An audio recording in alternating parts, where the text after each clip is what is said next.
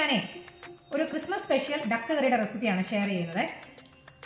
ഇതിപ്പം ഈ ഒരു ഡക്ക് കറി നമുക്ക് അപ്പത്തിൻ്റെ കൂടെയും ഇടിയപ്പത്തിൻ്റെ കൂടെയും ഈവൻ ചോറിൻ്റെ കൂടെ ഒക്കെ കഴിക്കാൻ പറ്റിയ നല്ലൊരു അടിപൊളി ഡക്ക് കറിയാണ്. അപ്പോൾ അതിനുവേണ്ടി ഞാനിവിടെ എടുത്ത് വെച്ചിരിക്കുന്നത് ഇതൊരു 3 കിലോ ഡക്ക് കഴുകി വൃത്തിയാക്കി റെഡിയാക്കി വെച്ചിട്ടുണ്ട്. പിന്നെ നമുക്ക് വേണ്ടത് 2 ഒനിയൻ സ്ലൈസ് ചെയ്തതുണ്ട്, ഗാർലിക്ക് ഒരു 3-3.5 ടേബിൾ സ്പൂൺ വരും, ഒരു 2 ടേബിൾ സ്പൂൺ അടുത്ത് ഇഞ്ചി അരിഞ്ഞു വെച്ചിട്ടുണ്ട്, പിന്നെ ഒരു 5-6 പച്ചമുളക് കീറി വെച്ചതുമുണ്ട്. പിന്നെ നമുക്ക് വേണ്ടത് കുറച്ച് ഹോൾ സ്പൈസസ് ആണ്. 1 ടീസ്പൂൺ പെരിഞ്ജീരകം, ഹോൾ പെരിഞ്ജീരകം, പിന്നെ ഒരു 6 ഏലക്ക, ഒരു 4-5 ഗ്രാമ്പൂ, ഒരു 10 പീസ് വരുമായിരിക്കും നമ്മുടെ കുരുമുളക്, പിന്നെ ഒരു സ്റ്റിക്ക് സിനമണും കൂടെ എടുത്ത് വെച്ചിട്ടുണ്ട്. ഇനി നമുക്കിതെല്ലാം കൂടെ ഒന്ന് കുക്ക് ചെയ്ത് തുടങ്ങാം. ബാക്കി ഇൻഗ്രീഡിയൻസും കാര്യങ്ങളും ഒക്കെ കുക്ക് ചെയ്യുന്ന വഴിയെ ഞാൻ നിങ്ങൾക്ക് പറഞ്ഞുതരാം. അപ്പം നമ്മുടെ ഡക്ക് കറി ഉണ്ടാക്കാനുള്ള പാത്രം ഇവിടെ ചൂടായിട്ടുണ്ട്. ഞാൻ അതിലേക്ക് ആവശ്യത്തിനുള്ള വെളിച്ചെണ്ണ ഒരു 3-3.5 ടേബിൾ സ്പൂണൊക്കെ വരെ ഒഴിക്കാം കേട്ടോ. ചൂടായി വരുമ്പോഴത്തേക്ക് അതിലേക്ക് നമുക്ക് എടുത്തു വെച്ചിരിക്കുന്ന ഹോൾ സ്പൈസസ് എല്ലാം കൂടി ഇട്ട് കൊടുക്കാം. അത് പൊട്ടി വരുമ്പോൾ നമുക്ക് നമ്മുടെ ഒനിയൻ ഇട്ട് കൊടുക്കാം.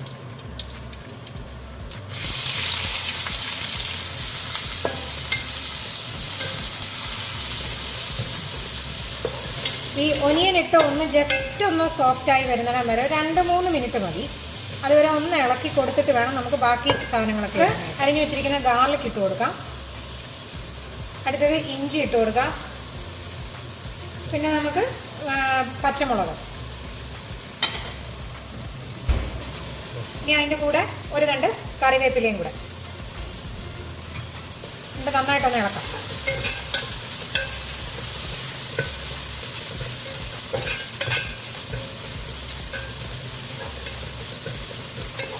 ഇത് നന്നായിട്ടൊന്ന് മിക്സ് ചെയ്തിട്ട് നമുക്ക് ഇച്ചിരി ഉപ്പ് ആഡ് ചെയ്ത് കൊടുക്കണം.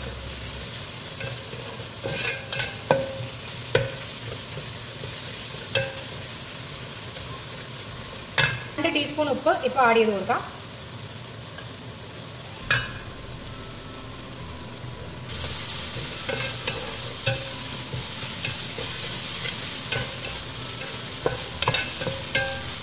അപ്പോൾ നമ്മുടെ ഇഞ്ചിയും വെളുത്തുള്ളിയും പച്ചമുളകും എല്ലാം കൂടെ ഇട്ട് നന്നായിട്ട് അതിൻ്റെ പച്ചമുളകൊക്കെ ഒന്ന് മാറിയിട്ടുണ്ട്. അതുവരെ വേണം നമ്മളൊന്ന് വഴറ്റാൻ.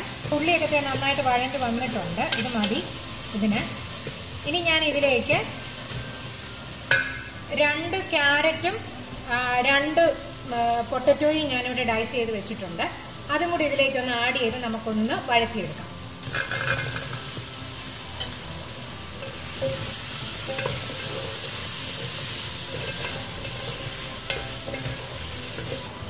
ഇനി അടുത്തത് ഞാനിതിലേക്ക് ആഡ് ചെയ്യുന്നത് ഒരു 1/2 കപ്പ് കാഷ്യൂസ് ആണ്, ഹോൾ കാഷ്യൂസ് തന്നെ.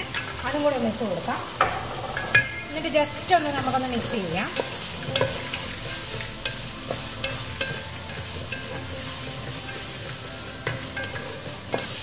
കാഷ്യൂസ് ഒക്കെ ഇട്ടിട്ട് ജസ്റ്റ് ഒരു മിനിറ്റ് ഒന്ന് മിക്സ് ചെയ്തൊന്ന് വഴറ്റി കൊടുത്താൽ മതി. അതിനുശേഷം ഇനി ഞാൻ അതിലേക്ക് ഇടുന്നത് 1 ടീസ്പൂൺ മഞ്ഞൾപ്പൊടി, ഒരു 3 ടീസ്പൂൺ മല്ലിപ്പൊടി,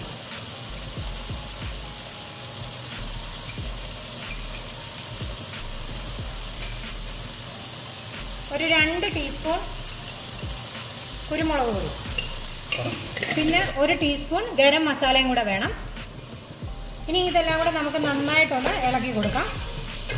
ആ പൊടികളുടെയൊക്കെ പച്ചമണം മാറുന്നത് വരെ നന്നായിട്ടൊന്ന് ഇളക്കിയിട്ട് നമുക്കിനി അതിനകത്തേക്ക് വേറെ ആഡ് ചെയ്യേണ്ടത് തേങ്ങാപ്പാലാണ്, അതായത് 2ാം പാൽ. ഇനി ഞാൻ ഇതിലേക്ക് ആഡ് ചെയ്യുന്നത് കോക്കനട്ട് മിൽക്കാണ്.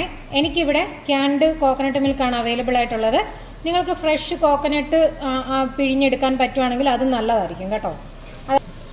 ഇപ്പം ഞാനിവിടെ 250 ml കപ്പിന് 1 കപ്പ് കോക്കനട്ട് മിൽക്ക് നമ്മുടെ ക്യാനിൽ നിന്ന് എടുത്തു.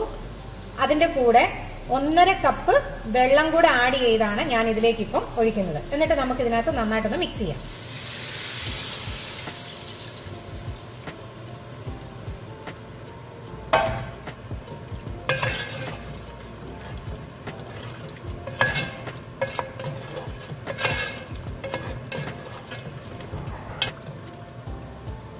ഇപ്പം നമ്മുടെ കറി ഇവിടെ തിളച്ച് വന്നിട്ടുണ്ട്. ഇനി നമുക്ക് ഇതിലേക്ക് നമ്മുടെ ഡക്കിന് ഇട്ട് കൊടുക്കാം.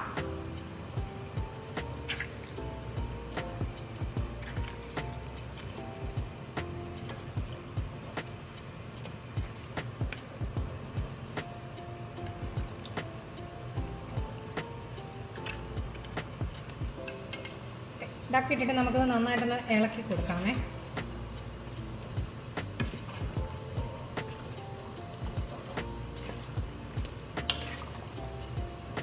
ഒന്ന് ഇളക്കി കൊടുത്തു കഴിഞ്ഞിട്ട് നമുക്കിനി ഇത് അടച്ച് വെച്ച് വേവിച്ചെടുക്കണം. ഈ ഡക്ക് നന്നായിട്ട് വെന്ത് വരുന്നിടം വരെ.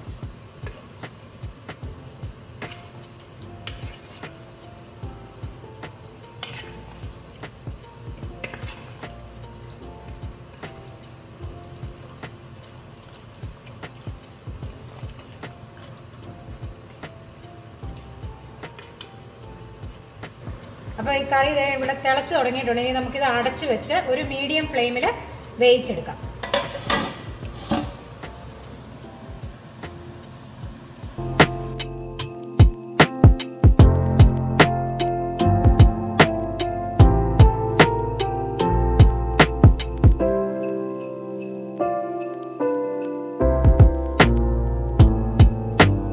അപ്പം 1 മണിക്കൂർ കൊണ്ട് താറാവ് ഇവിടെ നന്നായിട്ട് വെന്ത് വന്നിട്ടുണ്ട്. ഞാനൊന്ന് ടേസ്റ്റ് ചെയ്ത് നോക്കിയപ്പോൾ ഇച്ചിരി കൂടി ഉപ്പിൻ്റെ ആവശ്യം ഉണ്ടായിരുന്നു. ഞാൻ ഒരു ടീസ്പൂൺ ഉപ്പും കൂടെ ആഡ് ചെയ്യുന്നുണ്ട്. കുറച്ച് കുരുമുളക് പൊടിയും കൂടെ ആഡ് ചെയ്തിട്ട് കൊടുക്കുന്നുണ്ട്. 1 ടീസ്പൂൺ.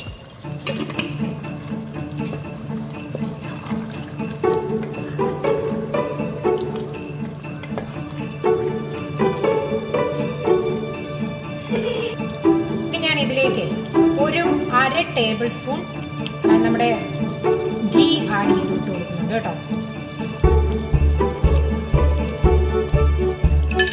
ഇനി ഒരു 150 ml കോക്കനട്ട് മിൽക്ക്, അത് തിക്കായിട്ടുള്ള നമ്മുടെ കോക്കനട്ട് മിൽക്കും കൂടെ ആഡ് ചെയ്ത് കൊടുക്കാം. ഈ സമയത്ത് തീ കുറച്ച് വെച്ചിട്ട് വേണം ഇത് ചെയ്യാനേ. കോക്കനട്ട് മിൽക്ക്, തിക്ക് കോക്കനട്ട് മിൽക്ക് ഒഴിച്ചു കഴിഞ്ഞാൽ പിന്നെ നമ്മൾ ഒരുപാട് തിളപ്പിക്കേണ്ട കാര്യമില്ല. നമുക്ക് വേണ്ടത് ഒരു ടീസ്പൂൺ അടുത്ത് കാർഡമം പൊടിച്ചത്, ഏലക്ക പൊടിച്ചത് ജസ്റ്റ് ഒന്ന് ഇട്ട് കൊടുക്കും.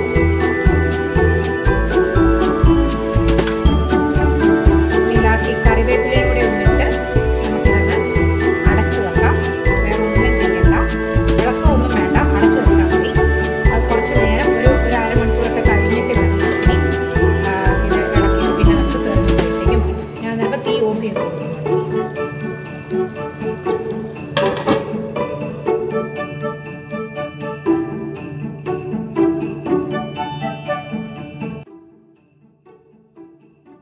ഞാൻ ഈ താറാവ് കറി നമ്മുടെ അപ്പത്തിൻ്റെ കൂടെ ഒന്ന് ഇട്ട് കഴിച്ചു നോക്കട്ടെ.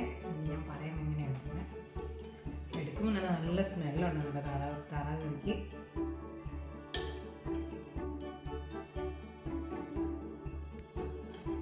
വേറെ കഴിച്ചു നോക്കട്ടെ.